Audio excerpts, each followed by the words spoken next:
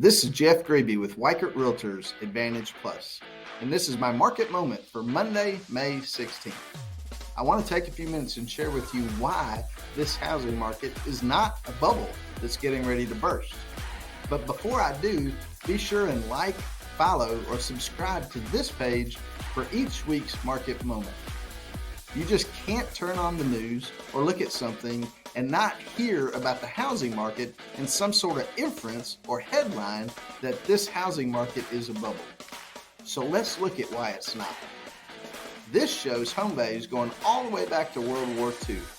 There's only been one time in this country where homes lost significant value back in 2008.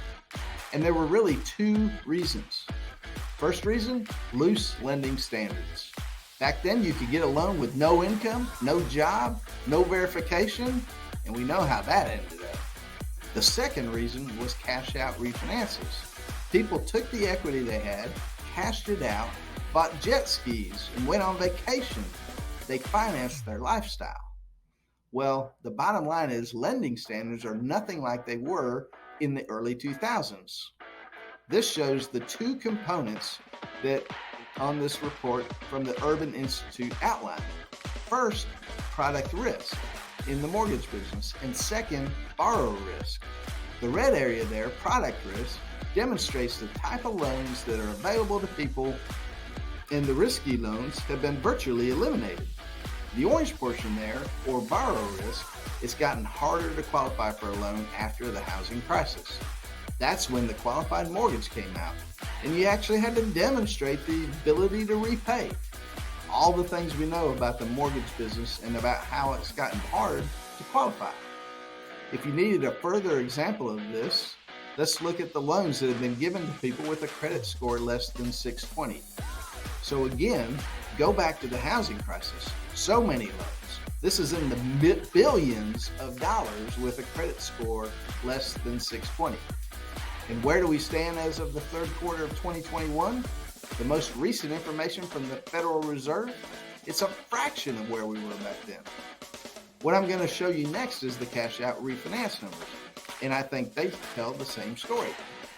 This is a look at mortgage payments or cash out refinances from Freddie Mac and the difference in the annual payment for cash out refinances.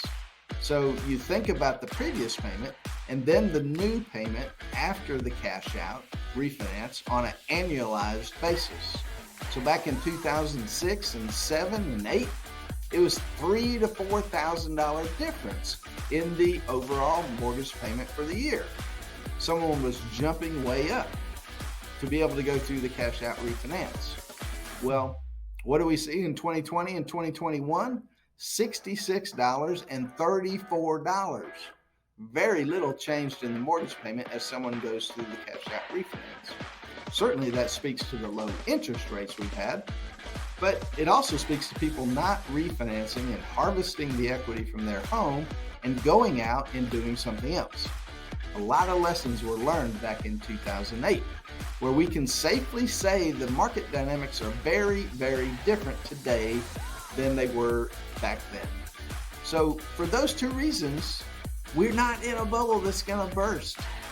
So if you need to sell a home, you need to buy a home, give us a call here at Weichert Realtors Advantage Plus, 865-474-7100, or you can reach out online at AdvantagePlusTN.com.